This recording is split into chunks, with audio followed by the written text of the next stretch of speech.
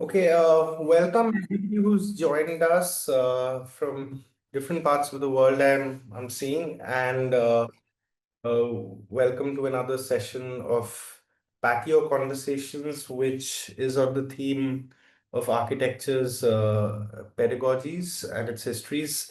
So, Priya Jain and Parul Kiri Roy, who are our theme coordinators, will have more to say about that and also introduce our two speakers and respondent. And just to let you know, this session is also being recorded, and we invite you to, as the session progresses and the speakers are presenting their work, you can drop your questions in the chat, and the team coordinators will endeavor to collect the questions and come back to you after the respondents' comments. So I'll hand over now to Priya, who's going to tell us about the theme and introduce the two speakers. Thanks, Saptrishi, and welcome everyone to the second session on this theme. In the first session that happened earlier this year, which you can find a video of on the website, we had two speakers who looked at similar issues of built environment pedagogy in the Middle East. We had a presentation on Iran and another one on Cairo, and our expert respondent for that was Mark Olveni, who I see in the audience. So hello, Mark. And we're very excited that this time we have a bit of a geographic and thematic focus around Mumbai and the Sir J.J. School of Art, but also other schools of art and architecture in British India. We're interested in this theme in looking at the history of architectural pedagogy in the Indian Ocean Rim area and the global South more broadly. And we're hoping to, discuss these issues, but also think about how topics like architectural history, design have been taught. So we're hoping perhaps for the next session, we can cast a more contemporary look and see the evolution in the teaching of some of these. But we're open to ideas. So please feel free to reach out to PATIO if you have any suggestions for speakers or themes. So yes, you can find our email on the website. So please reach out. And I'll next pass on to Parul to introduce our speakers and respondents for today. Thank you. Hello, everyone. Thank you for being here. I'd first like to introduce Patrick Zamarian, who qualified as an architect from ETH Zurich and finished his doctorate in architectural history from the University of Liverpool, where he is now as a senior lecturer in architectural design and the humanities.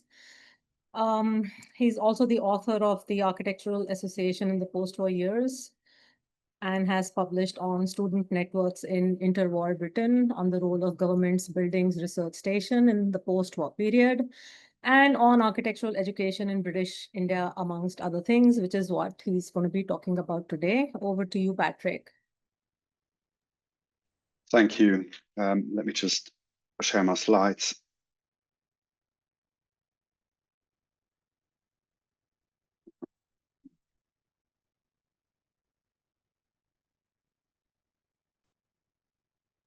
You should see this now, right?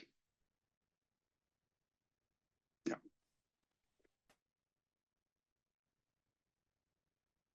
Right.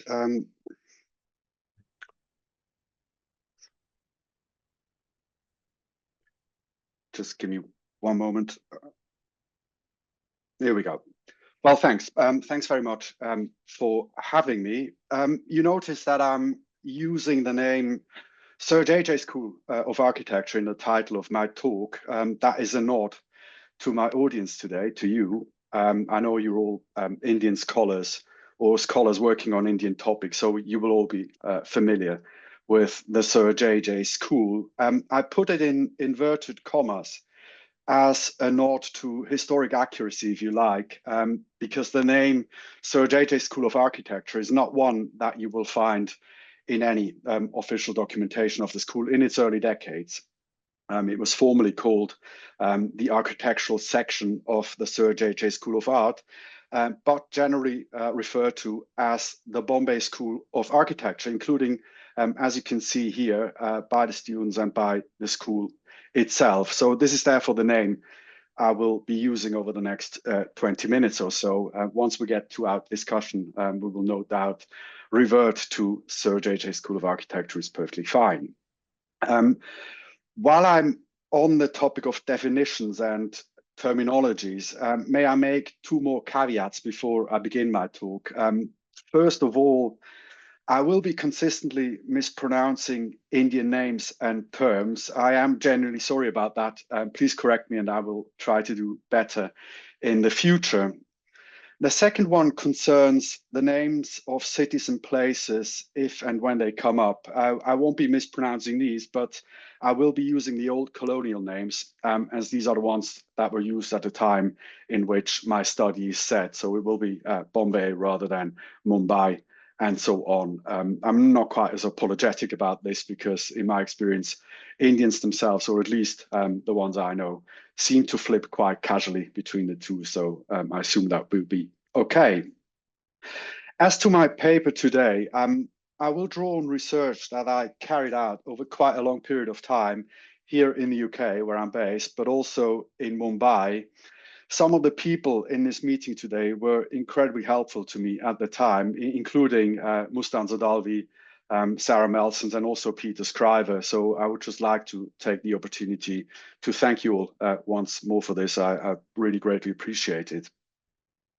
I have recently published a lengthy article in Fabrications, and my paper today draws together some of the main arguments of that article. So it's essentially a snapshot, and the article itself amounts to, I don't know, 15,000 words. So if you're desperate to know more about this, perhaps we can put a link in the chat box. I should say that my interest lies not so much in the curriculum of the Bombay school or the architects who emerged from it, or even the kind of architecture that they produced.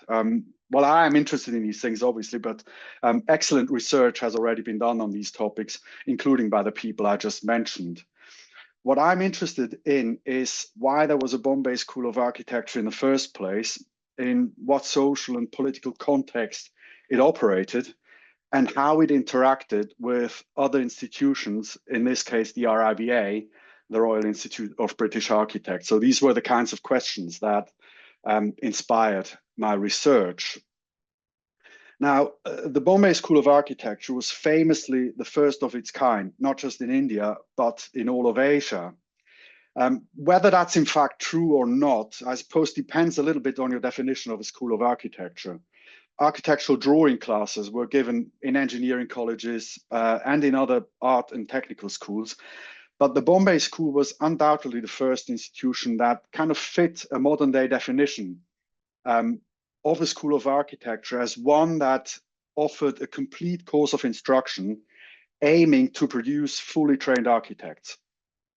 By 1940, the school had produced more than 200 such architects, which seems a very small number considering the area it covered, but it was still 200 more than would otherwise have existed.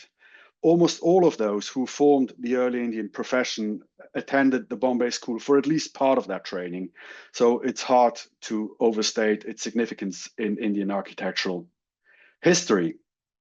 However, its significance goes beyond this, and it extends to an imperial context. The table on this slide shows schools that were recognized by the RIBA. I will explain in a moment what that means. The top section here shows the largest British schools at the time. The bottom section shows a complete list of recognized schools in the Dominions. And in between, you see the Bombay School of Architecture. And the figure here in brackets shows its ranking among the total number of schools in a particular year. So as you can see, not only was the Bombay School the first, and for a very long time, only such school in Asia, but it was also consistently among the 5 largest schools in what was then the British Empire, Britain itself included.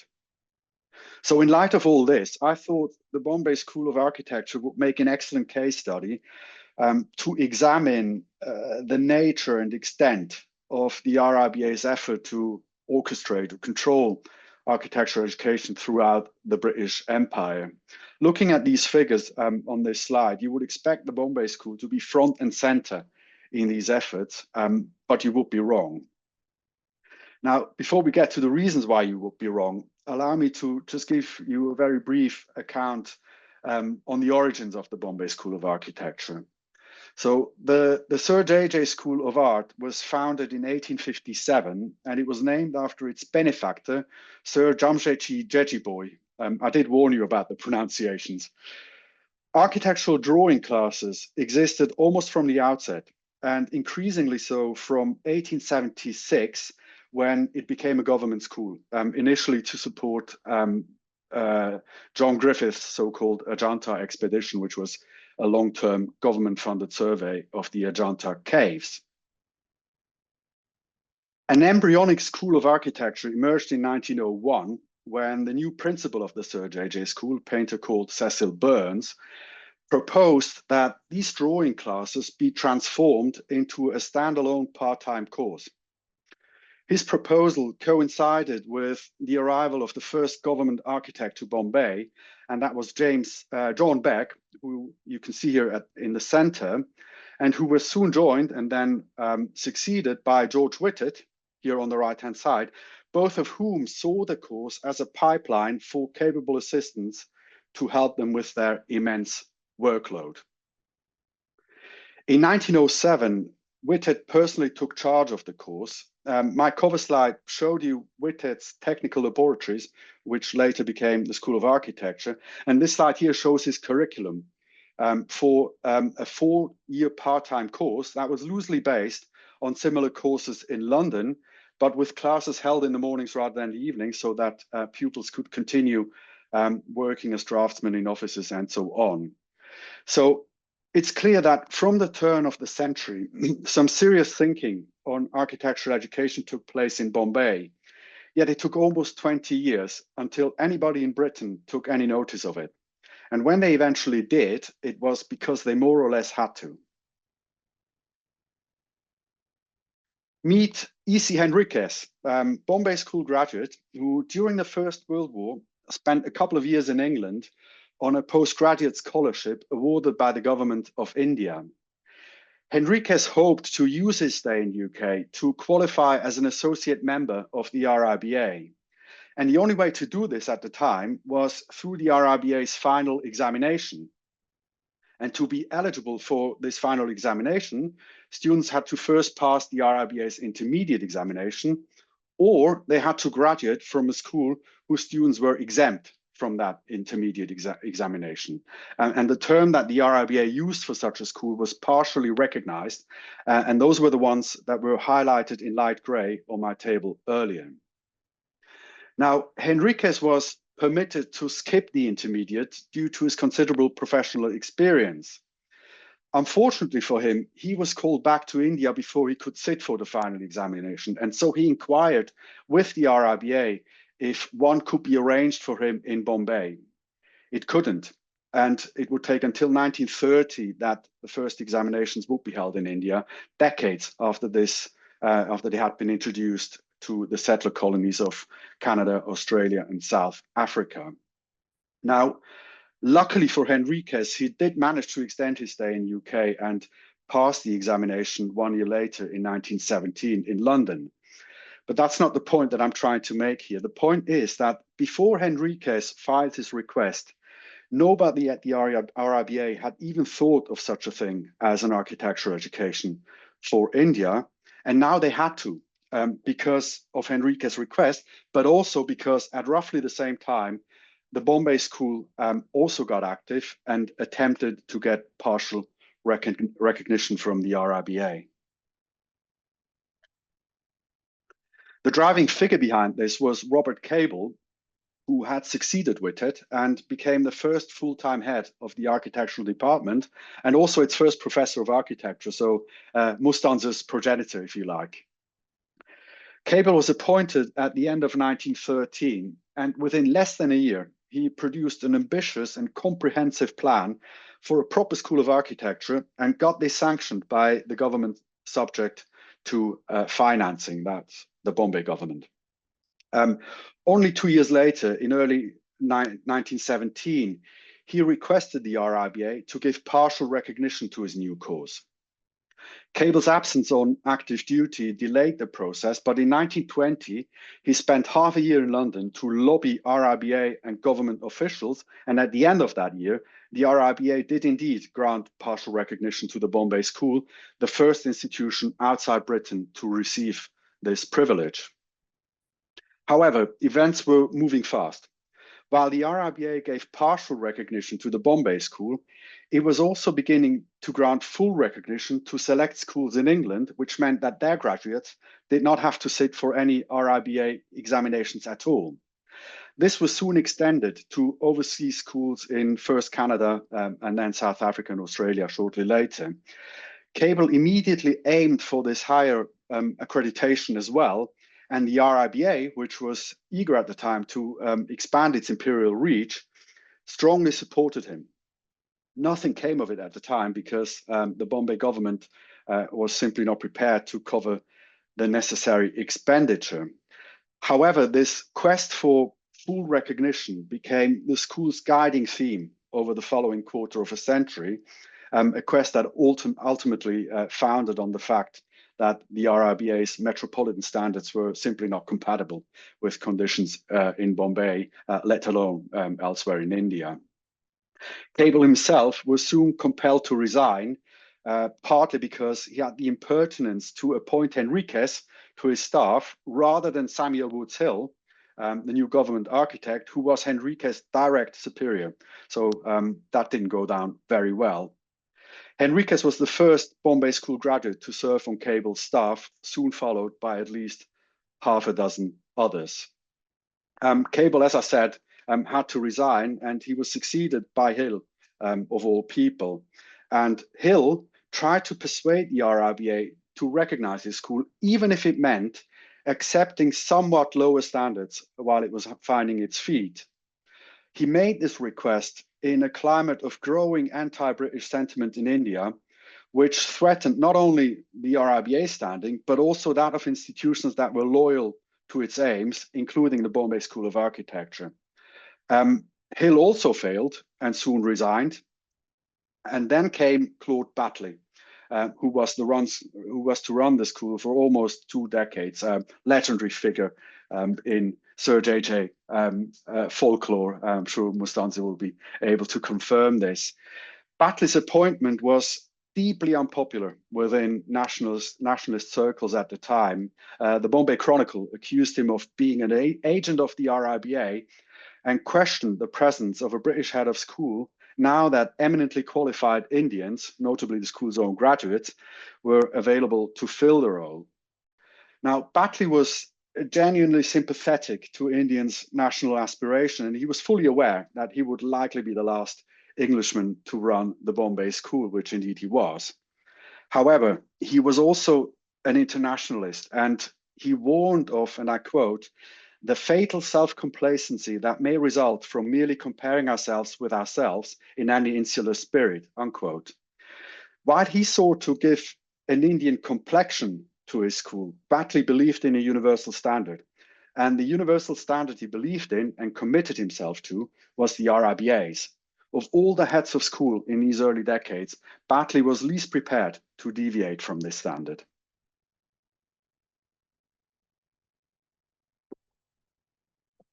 Tragically, when in 1936, he eventually managed to meet this standard by introducing a complete 5-year full-time course and aligning it with the RIBA pattern.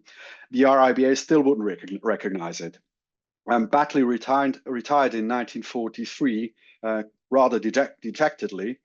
And over the following 5 years, his successor, Chimadan Motiram Master, first native Indian to run the school, continued this fight for recognition, but also to no avail. And by the time Master resigned in 1948, India had, of course, attained its independence, and the time for the RIBA to play an active role in its architectural politics had clearly passed. Now, my article continues this narrative for a while longer, but I will stop at this point. Let me sum up very briefly. The various protagonists we've encountered over the past 15 minutes or so, from Cable to Hill to Batley to Master, they were all to varying degrees conflicted between their imperial loyalties and their duty to train students for practice in local conditions. They were all genuinely interested in nurturing a native Indian profession, and through that Indian profession, an Indian revival. But none of them thought that this might call for anything other than a British School of Architecture. Over a quarter of a century, they tried to insert such a school into a context to which it was ultimately not suited. The idea of a full-time School of Architecture was absurd, so long as students had to earn their living working as draftsmen in offices. The school's RIBA imposed syllabus made them study historical precedents that bore no relation to their own heritage and tested them on technologies that did not exist in India. Any hopes that the RIBA might tolerate some local deviation from that syllabus, if only as a temporary measure, were in vain. Except for a very short period in the early 1920s, the RIBA made very little effort to support and embrace the Bombay School. The RIBA's intransigence was partly born of political uncertainty, but its refusal to grant any concessions to a school in India, when it was more than happy to do so to those in the white settler dominions, also echoed that grim sense of racial and cultural superiority that characterized British dealings with India more broadly. Ironically, although the Bombay School was desperate for the RIBA's approval, it did not actually need it. I'm showing you as my final slide the wonderful Marine Drive where I spent much of my spare time when I was in Mumbai. It's a unique cluster of Art Deco buildings, almost all of them designed by Bombay School graduates, many of whom never became associates of the RIBA. So such qualification was simply not required to practice in Bombay. In light of that, it's quite tempting to speculate on the kind of architecture they might have produced had they emerged from a school that did not chase the RIBA's elusive recognition and instead framed the curriculum more in keeping with local conditions. The opportunity to do this was there.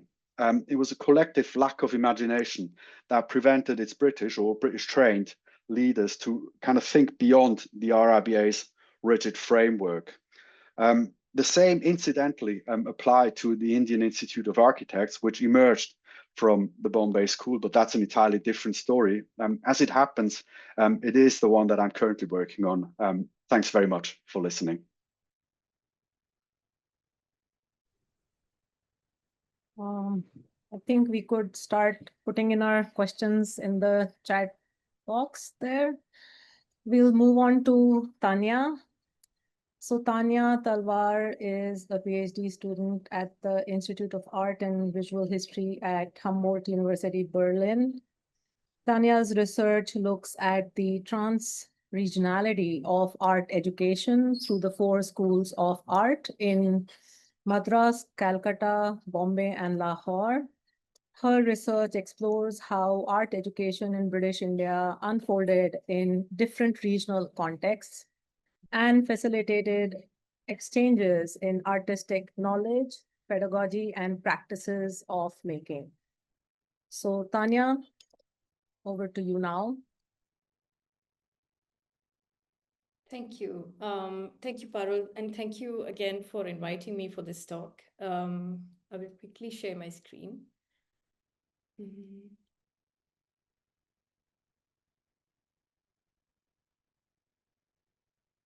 Do you see my presentation now? Yes, we do. Yeah, okay. Okay, great. So I titled the presentation, I'll quickly begin. I'll title my presentation as Pedagogy of Art and Making, and I sort of italicized the making. And you'll hopefully by the end of the presentation will know why I did that. It's to highlight the making because I knew that I'll be among architectural historians, and I'm no architectural historian, but I hope by the end of this talk you'll understand the emphasis on the word making. So just to show you the outline of the presentation, I'll be going one after the other schools of art. And making is connected to most of these schools of art, but in very different ways. And it's connected from the most basic to the most decorative to the most advanced architectural forms.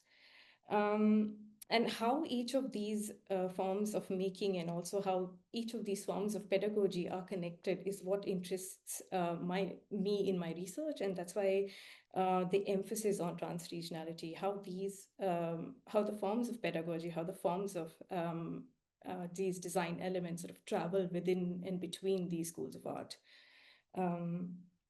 So I'll begin with Madras, which was started in 1850 as a private concern by Alexander Hunter. And given the success of the school, quickly we have a new school of art in Calcutta. This is a more contemporary image of the school. On this particular day, I was not allowed to enter the school, so it's from the entrance gate of the school. And this is one of the painting studios from this images from 2023 is one of the painting studios.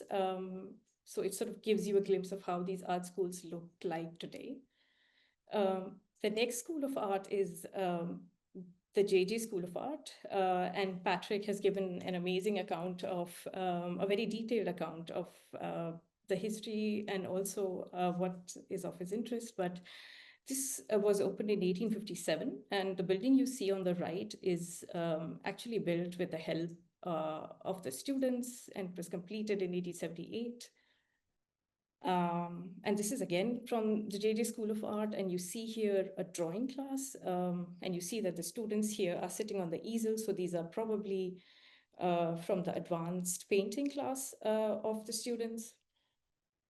And we know that drawing is a very important skill, and it's also the foundational course which every student underwent in order to then specialize later in different fields. Lastly, I will talk about the Mayo School of Art, which is now in present-day Pakistan in the city of Lahore. And it's called the National College of Arts, NCA, but I will refer to it as the Mayo School of Art. And you see on the right the building of the school. An important thing to mention here is, sorry, I'll just quickly.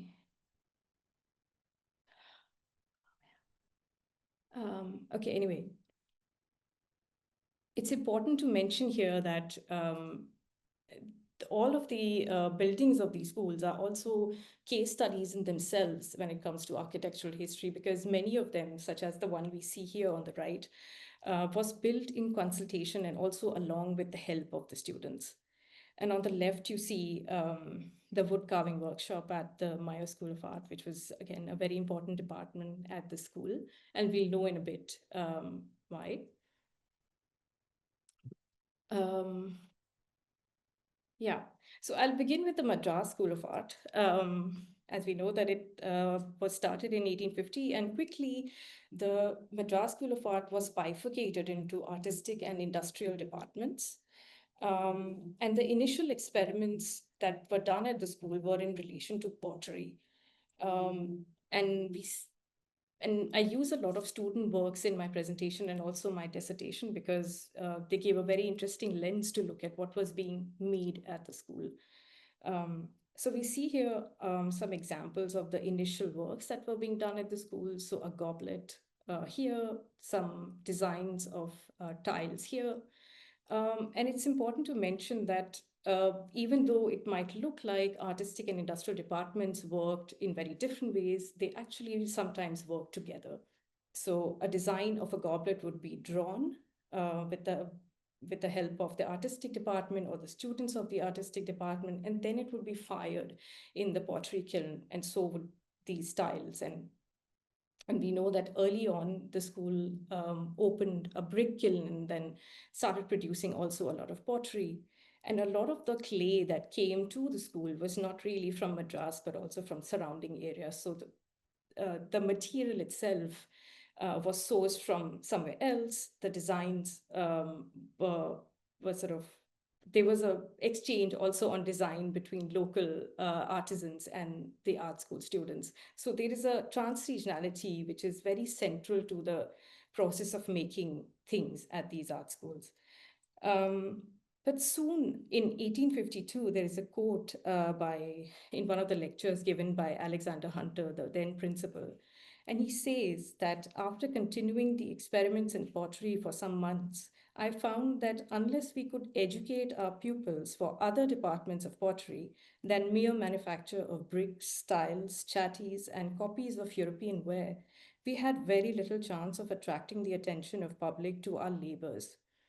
So, in order to diversify what was being produced, the use of drawing became again very important. And we see, so here, I'll just point with my mouse pointer. These are student drawings made in very William Dye's drawing book style. And what was being made using these drawings was something that we see over here or over here. And these two are designs which were drawn for church fonts, one for an iron railing, so perhaps this one, and another for a balustrade. And both of these were made in terracotta. So we see that there's a whole process that comes into play. So from design to the application of this design, and then eventual integration into the architectural decoration. Or architectural decoration was basically the initial way in which the art schools really contributed. So given the success of the school, the next best example that we have, and we all know about this, is the JJ School of Art in Bombay.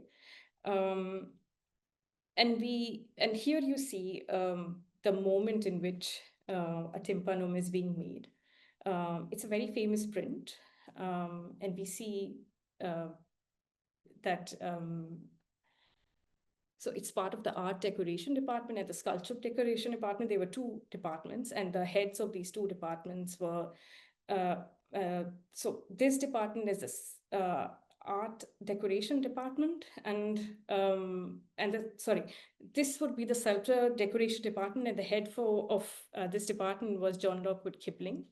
And often where this tympanum is actually now is the Jyotiba Phule Mandi, which was also called the Arthur Crawford Market, and you see them here.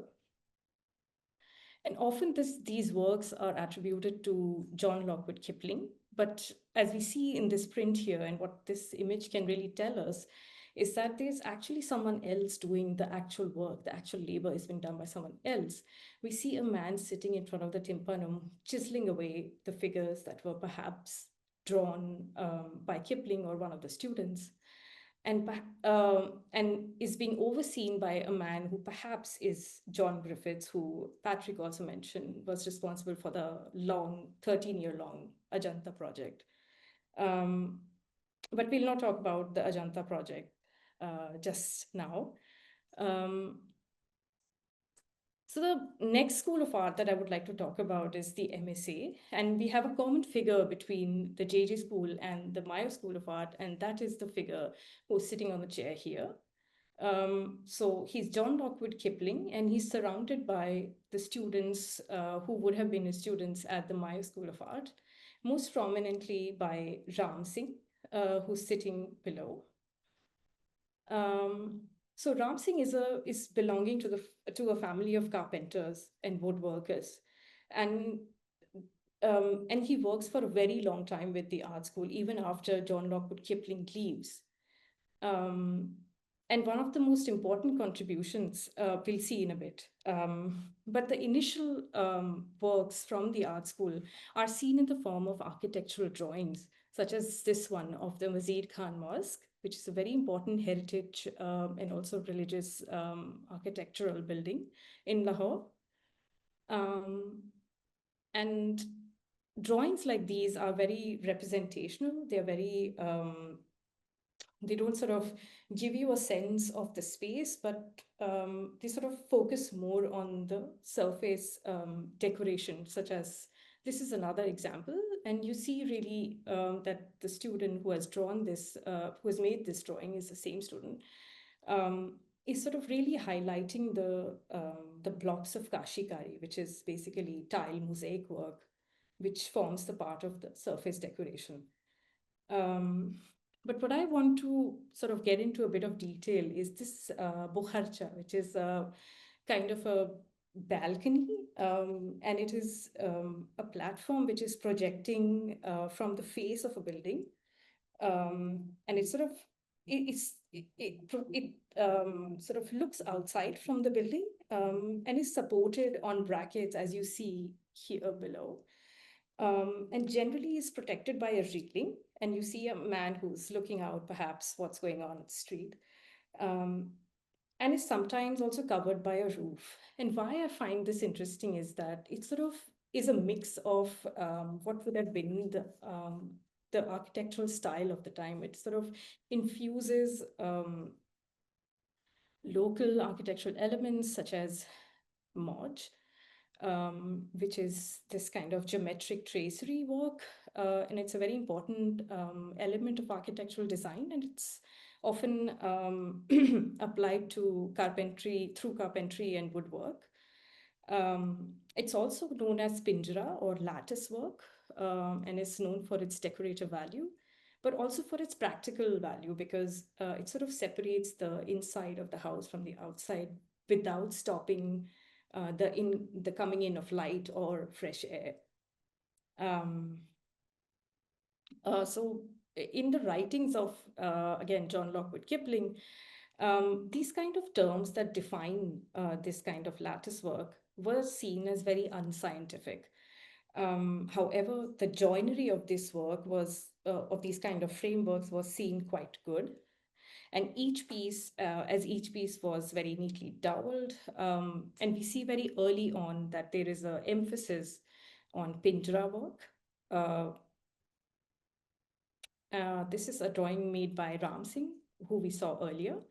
So he's sort of at the forefront of this kind of work. And we see a repetition of this kind of work, not just in architectural decoration or architectural design.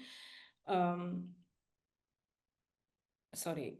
Yeah, so these are other kinds of names, and I can tell you the names of all of them, but I'll just focus quickly on this one here. It's called Che Bara, which means 612.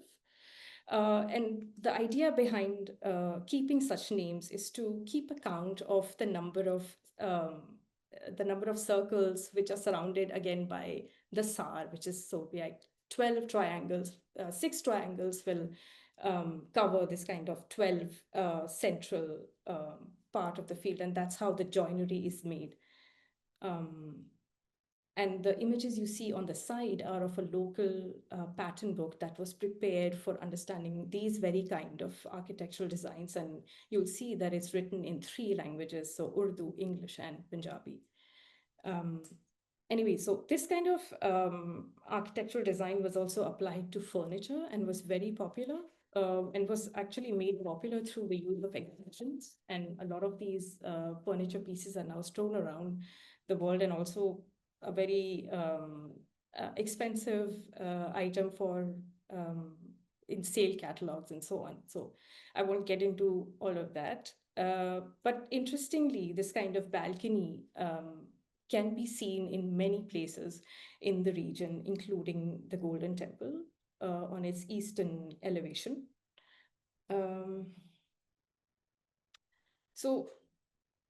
But the last example that I want to share is sort of a mix of architectural decoration and how it's being dealt with at the school in terms of pedagogy. And the example of this, for this very thing, I sort of took the example of a fresco, which is executed in Jaipur fresco technique under perhaps E.B. Havel. And it was done in the early 1900s. And I saw this when I visited the art school in 2023. It's sort of on the ground and the first floor of the art school. As you enter, you see these two. And unfortunately, in 2024, these walls were whitewashed, despite all the protests and without any consultation with any art historians of the city and so on. Now, it's promised that these works will be re-executed. But when we talk about architectural history and we talk about different forms of making and practicing different forms of architectural decoration and so on, I think it's important to keep an eye on the ways in which these existing architectural buildings and the decorations in them, how they are treated, and we need to sort of take care of that as well. So I'll stop here, and I see I have gone a little ahead of time, but thank you so much for listening. Thank you, both of you, Patrick and Tanya.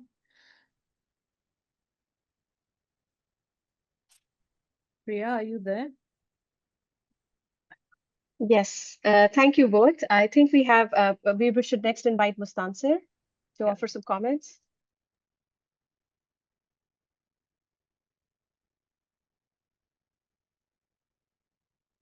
You're on mute, I think. We can't hear you.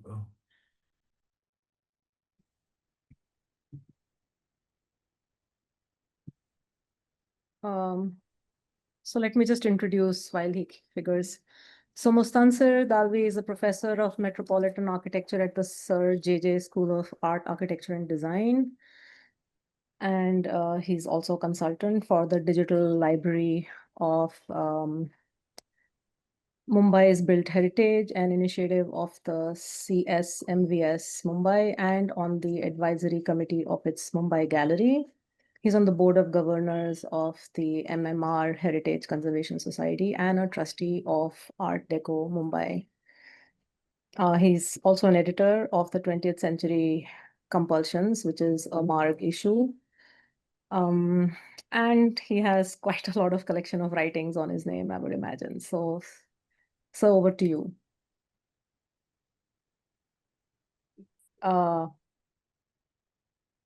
We cannot hear you very well. Maybe there's some volume button which you need to just. Saptarshi, can you hear him? No, I can't. Okay. So it's the same for everyone. Yeah, perhaps changing the audio source might work. Yeah.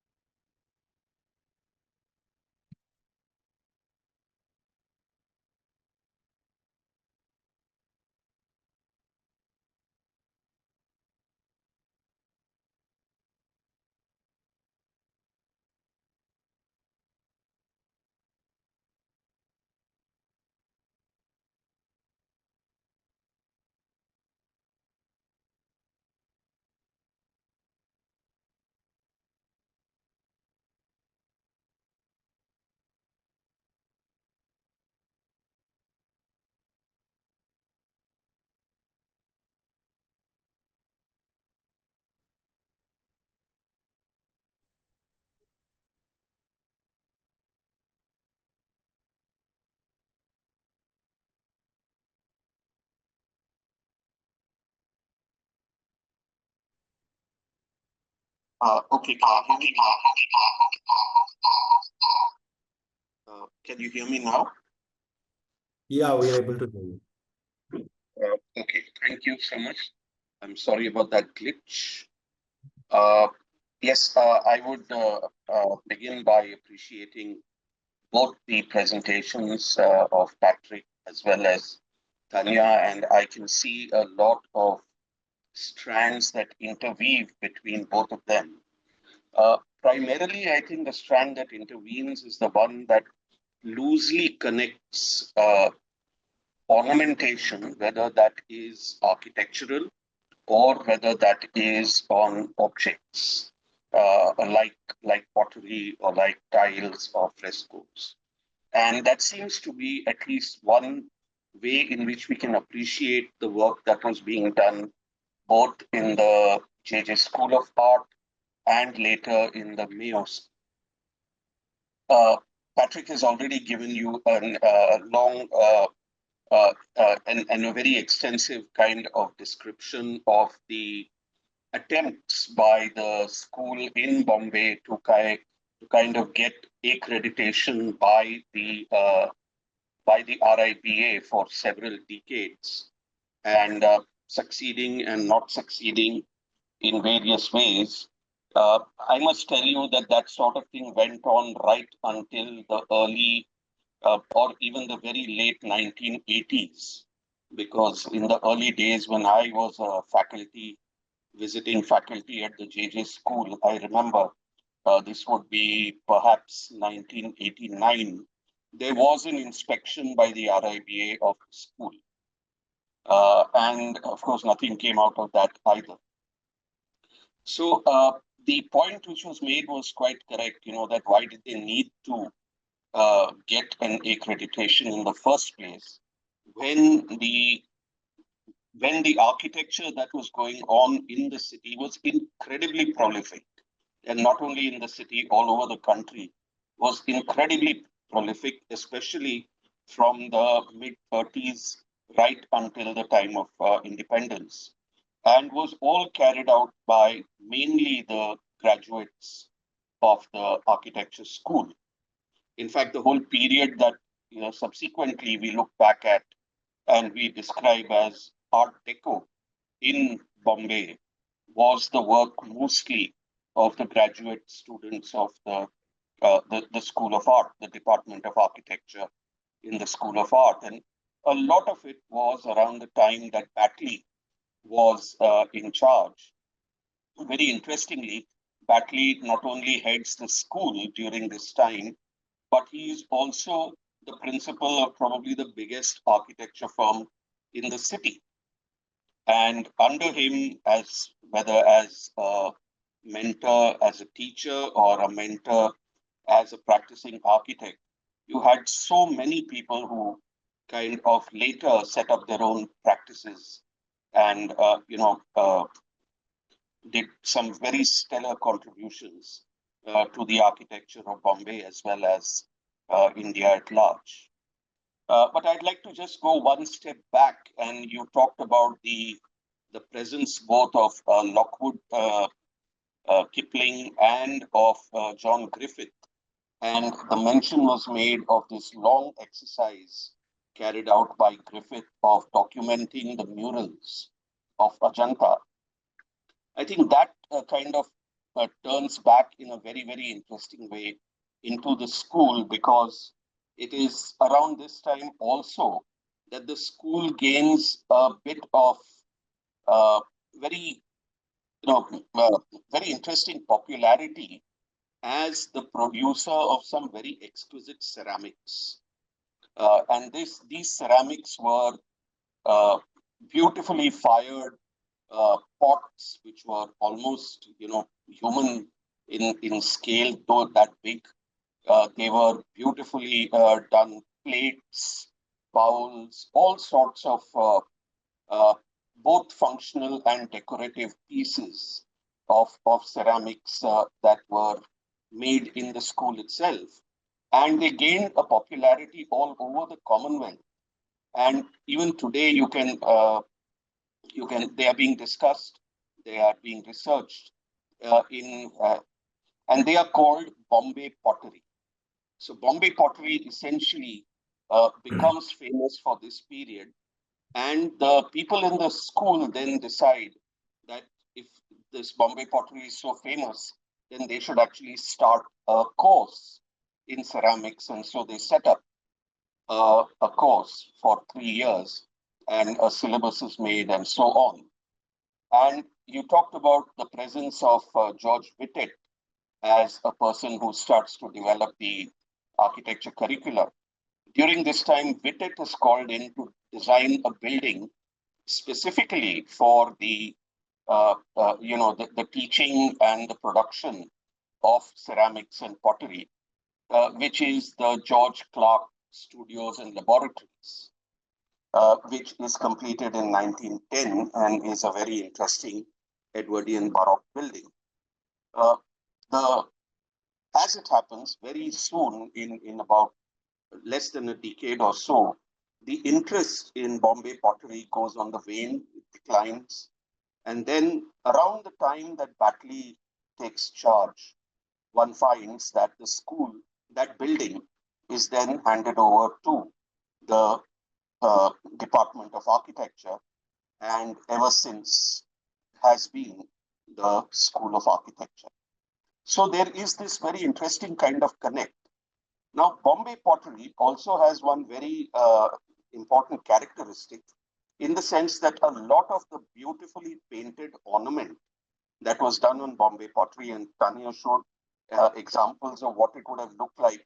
I mean, she showed examples from Madras, but that is the sort of thing that Bombay pottery would have looked like, except that a very popular form of ornament on Bombay pottery was actually reworkings of the Ajanta murals.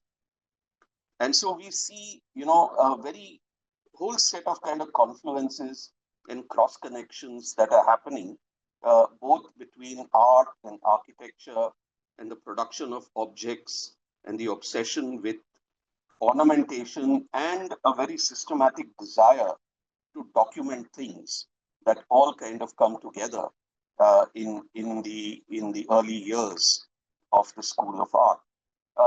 Lockwood Kipling is in Bombay for less than 10 years, moves to Lahore and sets up the Mayo School. And so a lot of these early ideas of ornament kind of go with him. But during the time that he's here, he gives one more very important contribution to the city, and that is in the form of architectural ornament on the several neo-Gothic buildings that are coming up at that time, whether those are the School of Art itself, or the Victoria Terminus Station, or the not the Prince of Wales Museum, the University of Bombay buildings, the Convocation Hall, and the library and the Rajabai Tower, and introduces this very beautiful idea of local flora and fauna in the ornamentation, which is a kind of ongoing delight when we visit these buildings even today. So thank you for the presentations. They evoked in my mind a lot of these cross connections, which I thought I might share with you. And they enrich, both the presentations have kind of enriched our knowledge. And at least for me, sorted out a chronology in my head in a way much better than I knew before. So thank you, Tanya, and thank you, Patrick. Thank you, Professor Dalvi.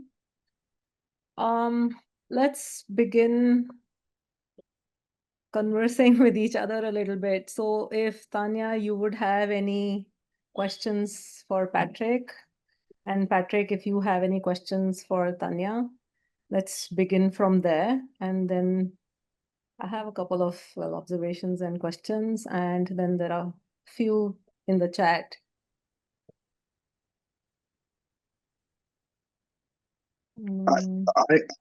It's a very specific question where you could possibly help me with this one.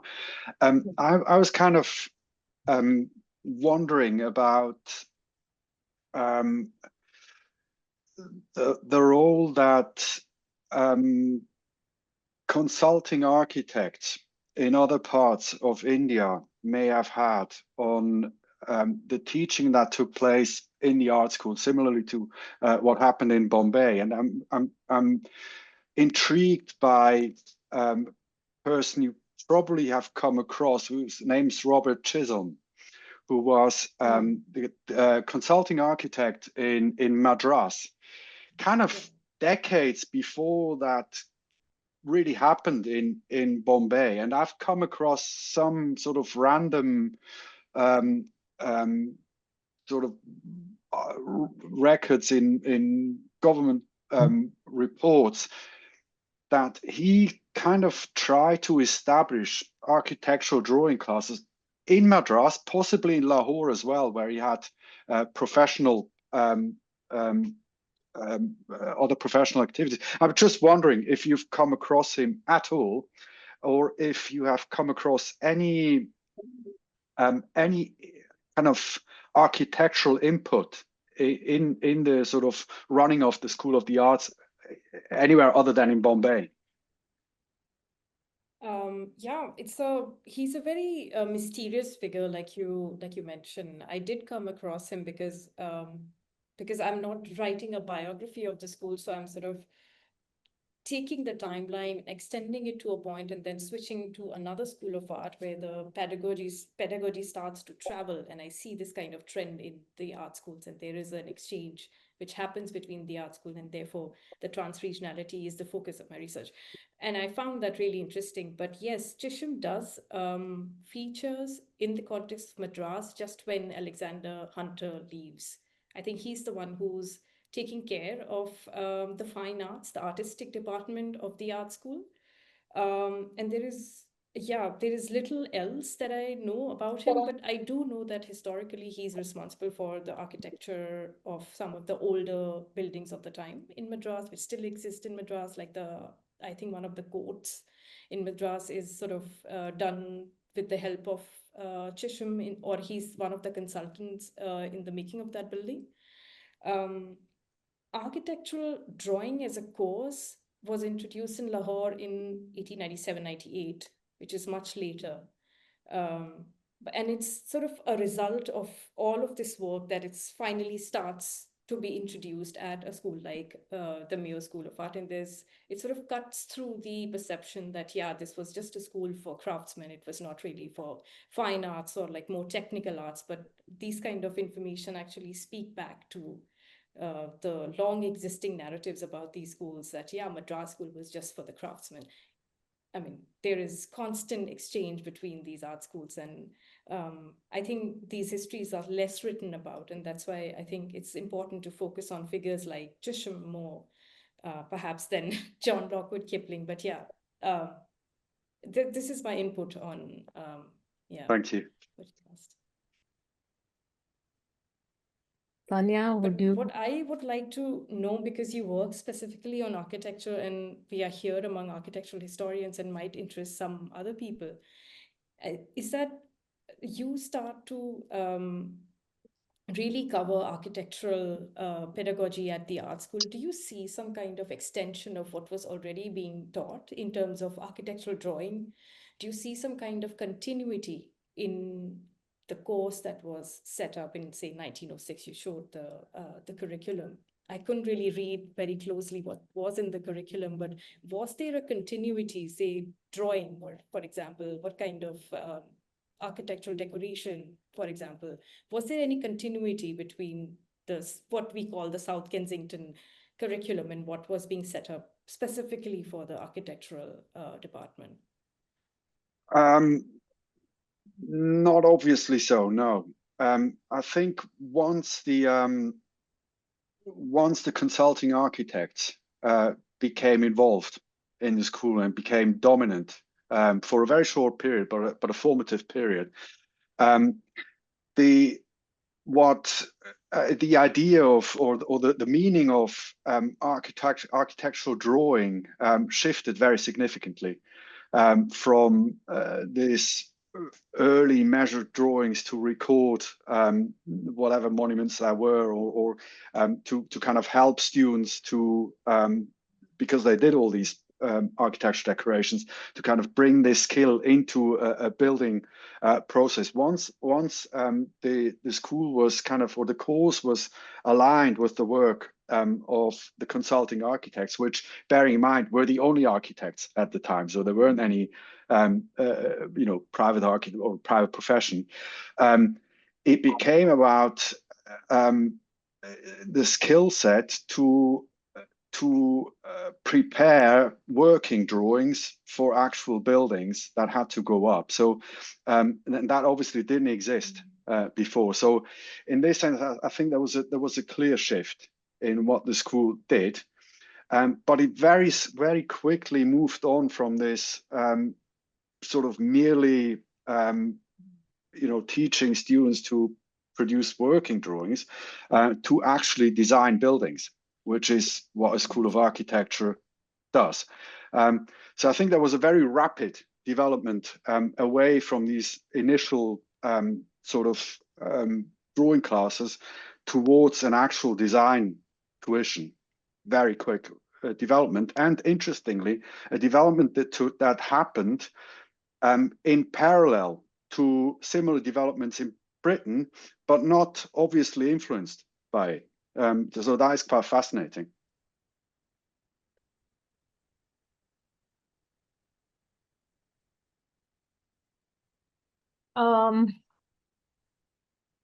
I actually have a question for Patrick. So Patrick, I mean, I know you said in the beginning that your research is not about the, the architecture pedagogy in the JJ school. But I was just wondering whether while you were doing this research, if that architecture education system that was getting set up at the JJ school, was it also thinking about or imagining even in a future for the school to examine the indigenous systems of building? Or was most of the curriculum sort of borrowing from the British ways of building and doing architecture? In a sense, both. I think there was a clear interest in indigenous architecture, however one might define this. So that there was, it shouldn't be understood as people who just try to kind of impose totally kind of British or Western type of architecture onto India. Far from it. They were genuinely interested in finding out what an Indian, I mean, this idea of a kind of Indian Renaissance or Indian revival hovers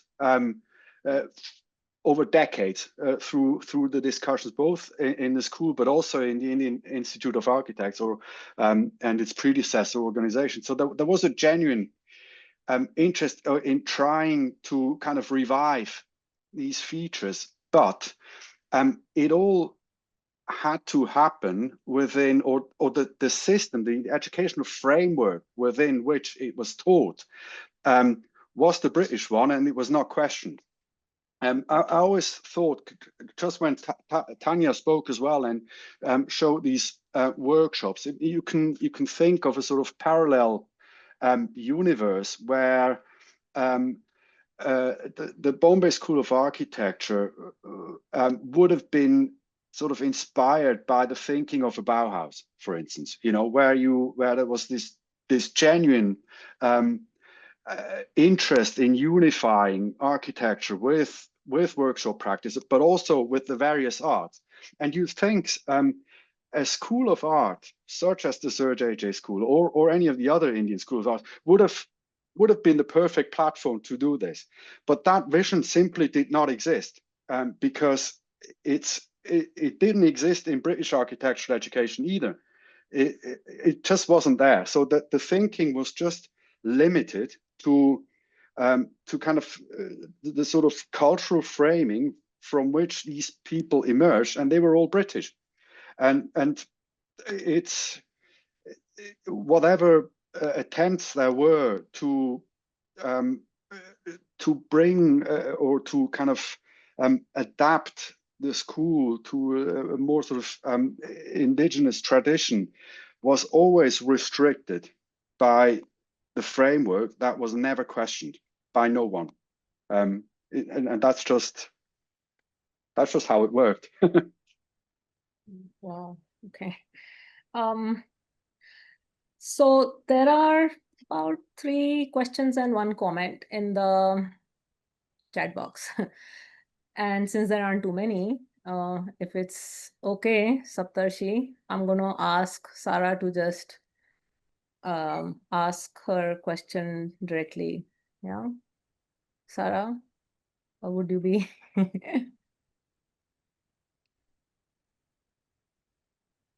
You're on mute. You're Sa- muted. Yeah, sorry, I was so fascinated by this quest for recognition, and as Mustansir mentioned, it's something that continued even after independence. And so in practice, they could practice as architects, even engineers could practice in most cities, could submit building applications. So what drove this ambition, and was there any other reason other than maybe status, or perhaps the ambitions of a few to work outside British India, which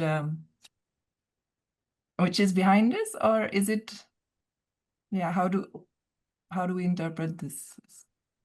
I know it's speculative, but maybe your thoughts on that would be. Yeah, I mean, there are Reasoning.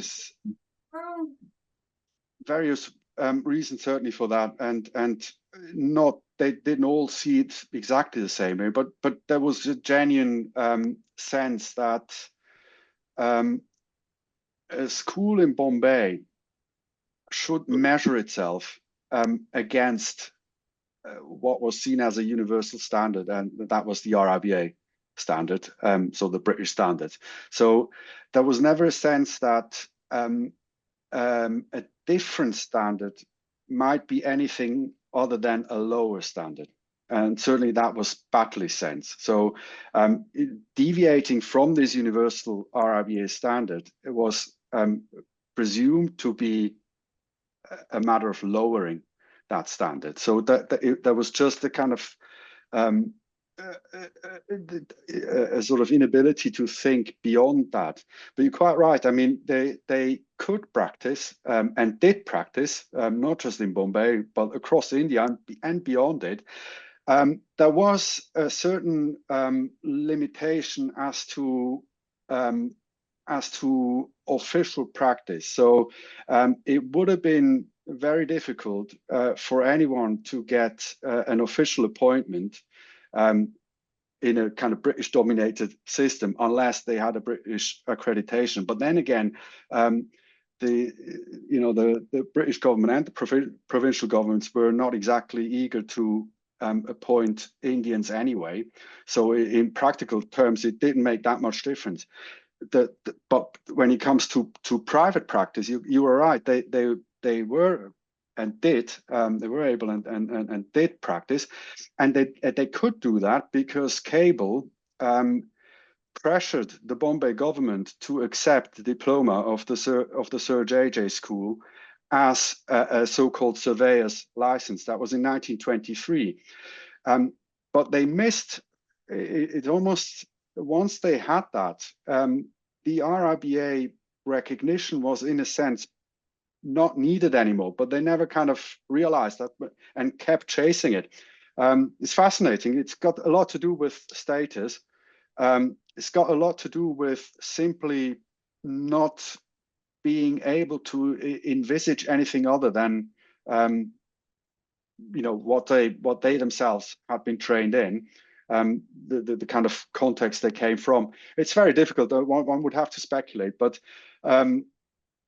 that there was clearly, and among all the people who led the school, a genuine sense that a Bombay School of Architecture should rank among other schools of architecture in the British Empire and should not be something else that's kind of sort of operates within its own little niche.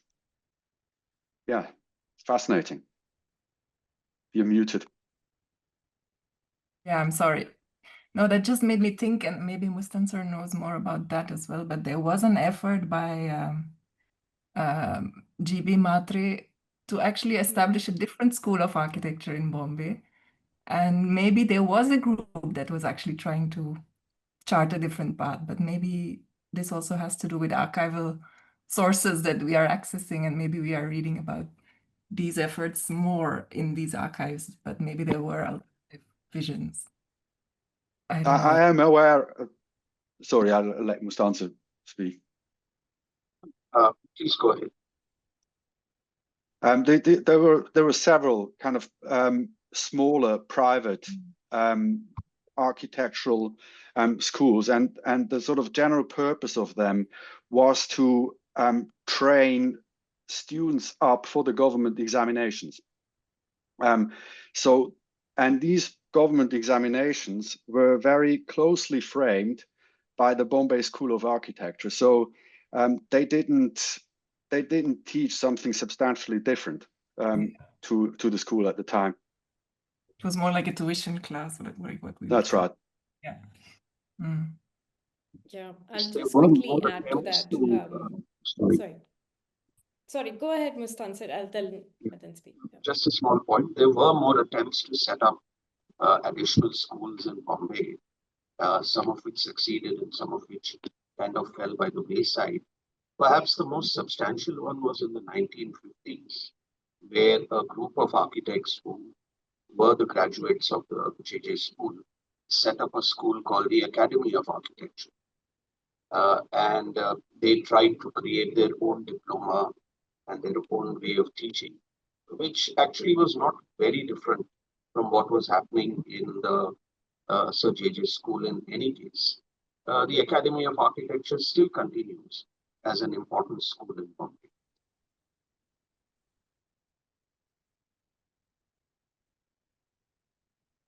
Tanya, you something.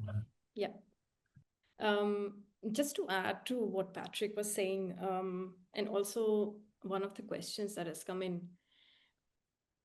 So I mentioned the term transregionality, right? And I think it's been a very helpful concept, especially because there is a lot of archival information, and we are always sifting through these different kind of records, and different records tell us different things.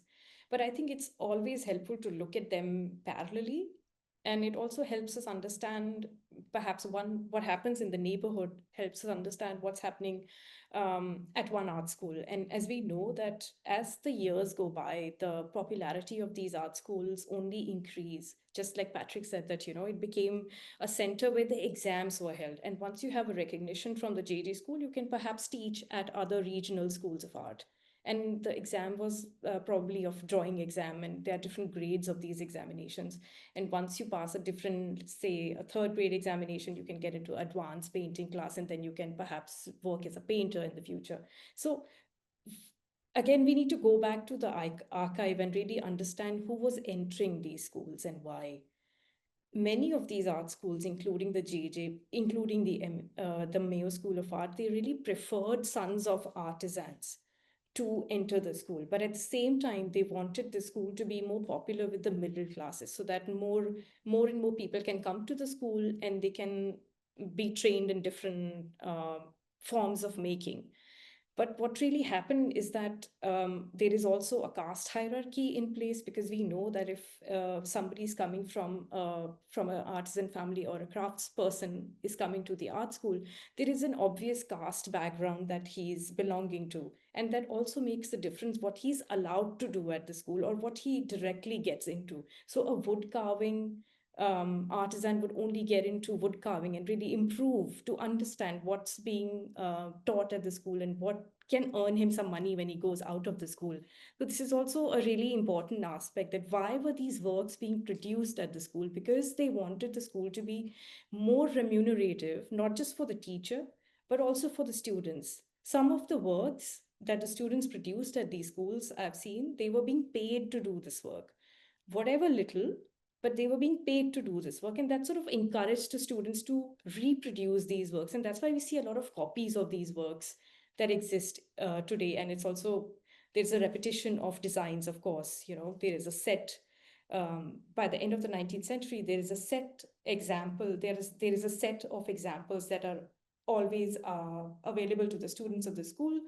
And they can copy these examples, and whatever commissions come, and they have a set of examples that, okay, these are the formats we have, and you can, give us a commission based on these examples. So we have a lot of things happening at the school, and it's only, we have to ask the right question to follow the right thread. So there is no one answer, sadly, to a question, but there are several factors which are working together to, Sarah, So I you had guess a question for Tanya as well, right? yeah, she's it's regarding the evening classes. So the evening classes were held in the beginning. This is something which is because the art school did not have its own premises in the very beginning. So what it used to do was that it would take the place of the Elphinstone Institute, and the classes were held really early in the morning, and space was given for a couple of hours to the art school, and then the classes would be held in the evening to also make it friendlier for the people who are already working in the city, so that they can quickly come to the art school and attend the classes. So we have records of evening classes in the very beginning, but I didn't really pursue it if later on also this continued. Yeah. Mark, if you're there, would you like to ask your question? Yes. Yes, hi. Can you hear me? Yes. Yeah. Hi. Thanks very much, Patrick, for your presentation, and Tanya as well for your presentation on pedagogy in India, in different parts of India, which is interesting. But my question was directed to Patrick, and I see Pedro's also put in another comment related to that in the chat as well. I'll be interested in knowing, and on your last slide, I believe you put an image from Anthony Almeida, who happens to be a very prominent architect in early post-colonial Tanzania. And we're just interested in knowing, what have you or will you be doing an exploration of the graduates of the Bombay school, just to see their influence beyond India? And this is important because it relates to how different schools are perceived. I'm currently based in the United States, and here graduates of Harvard are sort of known to spread their wings quite wide. In the UK, it's the AA. Is there any threads of and linkages from Mumbai and the Bombay school beyond India that are being traced at the moment?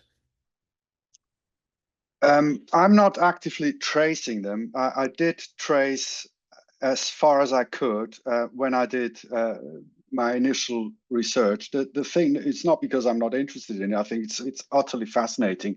I mean, you know, the Bombay school being the only such school, not just in India but really anywhere in Asia,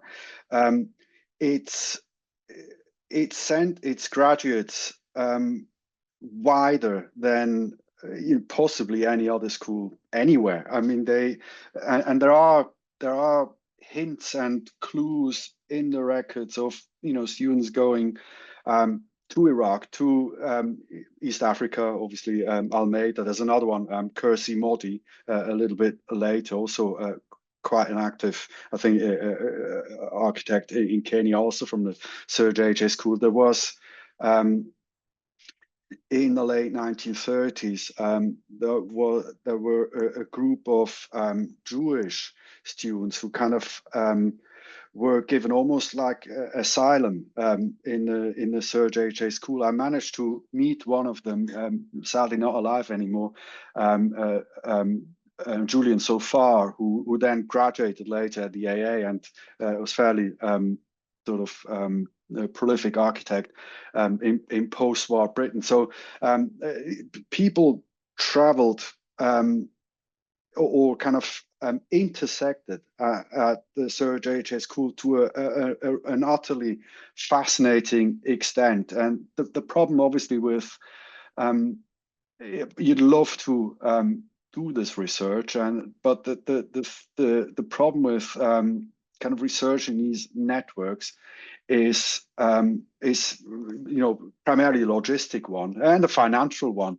They're really difficult to kind of trace these biographies across several countries. You kind of you almost need a buy-in from several scholars working on this kind of in parallel and bringing their insights together. I mean, if you, Mark, if you want to kick this off, I'd be more than happy to contribute whatever I know about it. I did do a fair bit of research into into the early graduates. I got loads of files I'm happy to share with you, but it wasn't the focus of my research, but I do think it is a worthwhile research focus. Just to chip in there, the SAH 2027 call for sessions was floated today. So if we're thinking about how to see this in a more lateral perspective, that could be something to think about.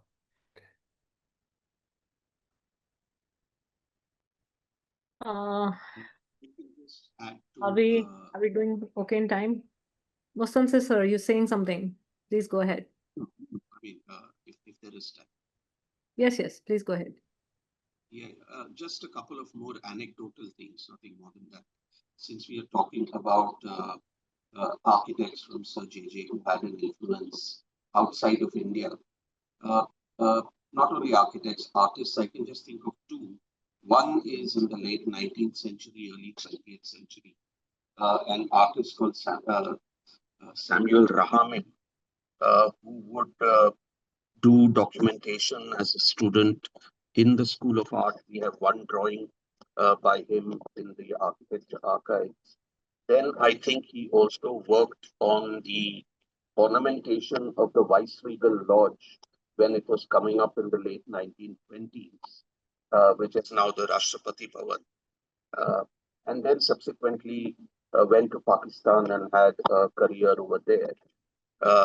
Samuel Rahamin is one name, and the other name, which is quite famous, is that of Minet de Silva, who was an architect who studied in the JJ school, later even had some contact with Le Corbusier when he was in India for the Chandigarh and the Ahmedabad projects, and then became a very prominent architect in Sri Lanka, in Ceylon. So you're right. I mean, if we look at a lot of these architects who came to study in Bombay from different countries and then went back to those countries and established practices there. As late as the 1980s, when I was a student in the architecture school, there were students from as far away as the West Indies, uh, Iran, Afghanistan, Malaysia, and so on. Yeah. I think we have some time, so we can take Morris's question. Morris, would you like to ask your question?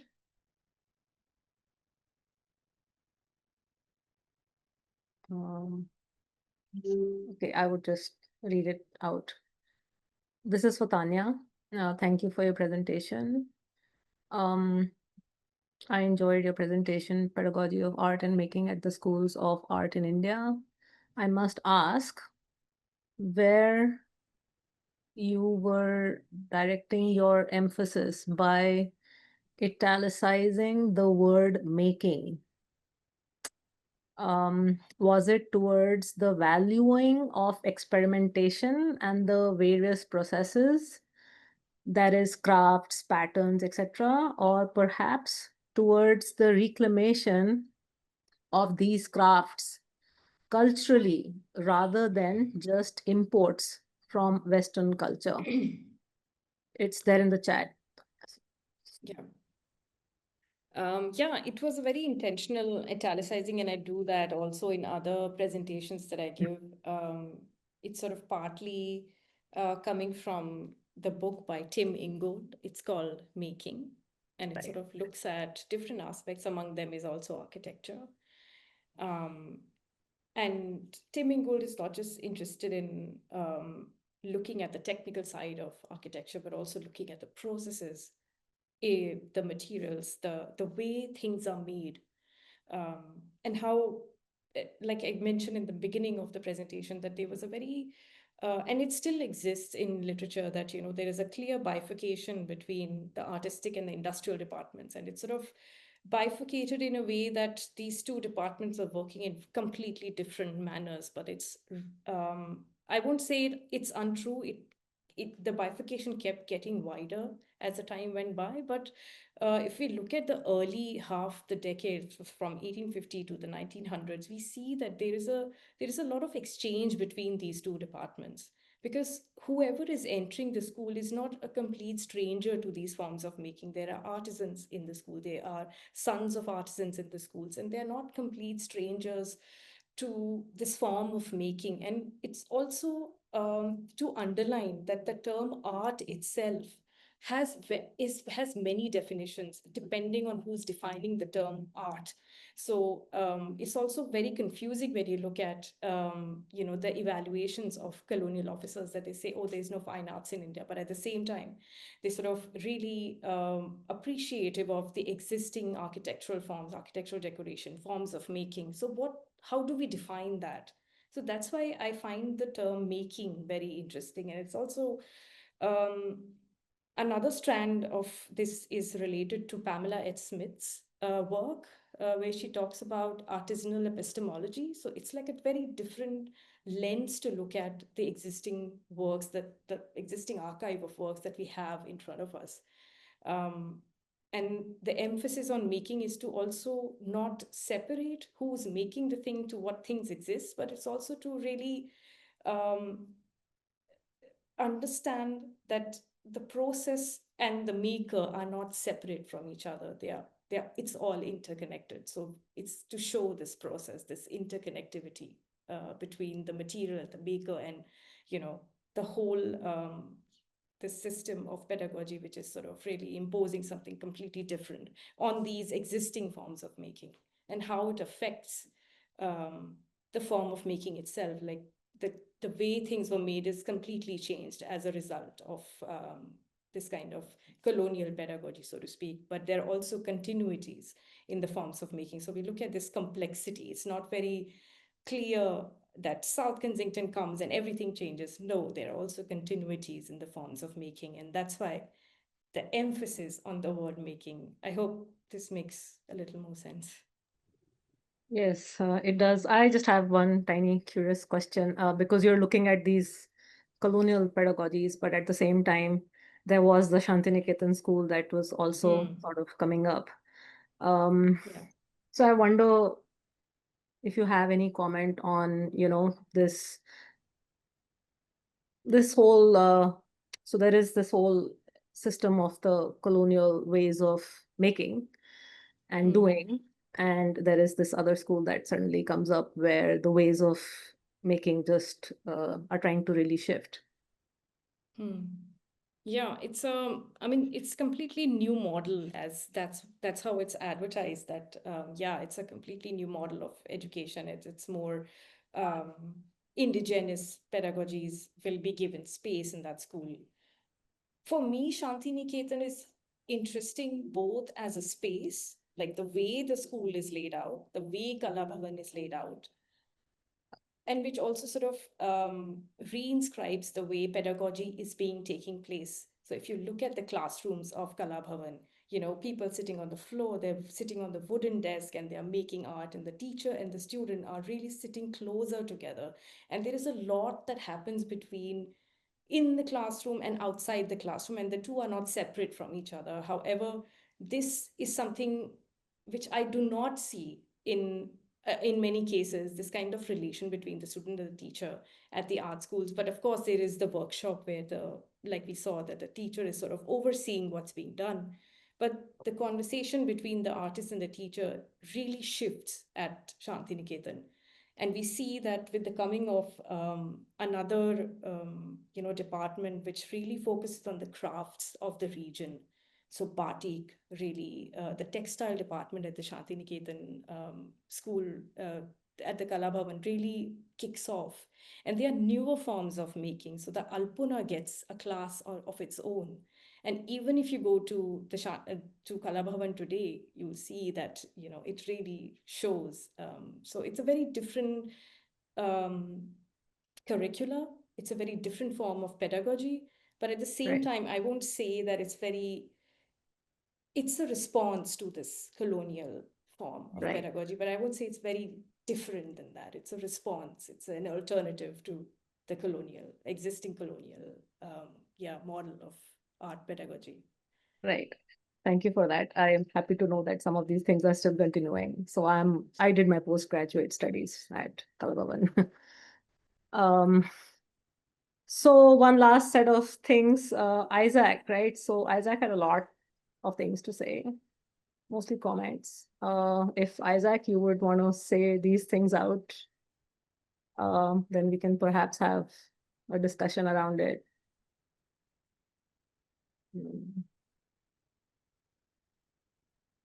So he's there. Yeah, ठीक है. Yeah, one. Yeah. Can you see me?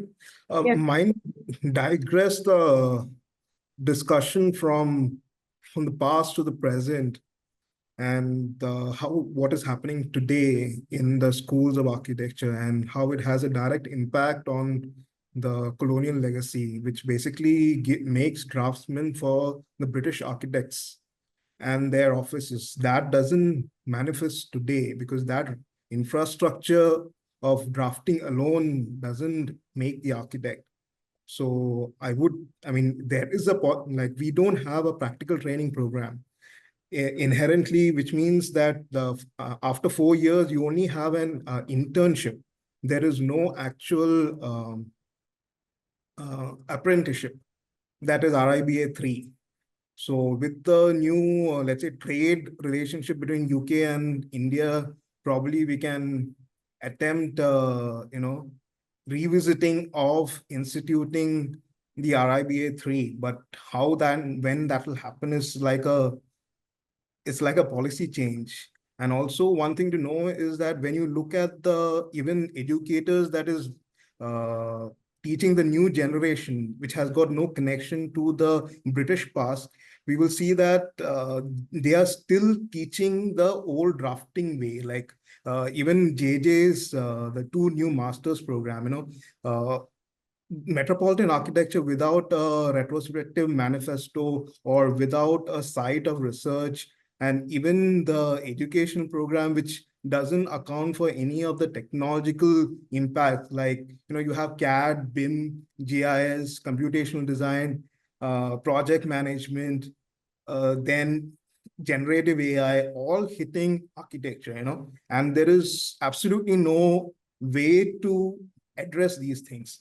And we have educators who are still trained in the hand drafting method, who are not even looking at these. So this is a different topic, and we need an India-specific study group to address this. But again, this is a digression, but both the studies are very good to kind of locate a history of Indian education, which I think is more necessary. And JJ effectively should lead the coalition to organize a metropolitan network between SPA, Ahmedabad, and Kharagpur. That is the new network, which unfortunately even the educators or the council is not looking into. And yeah, you need a new imagination for architecture, Indian architecture for the future, that is not still located in the past.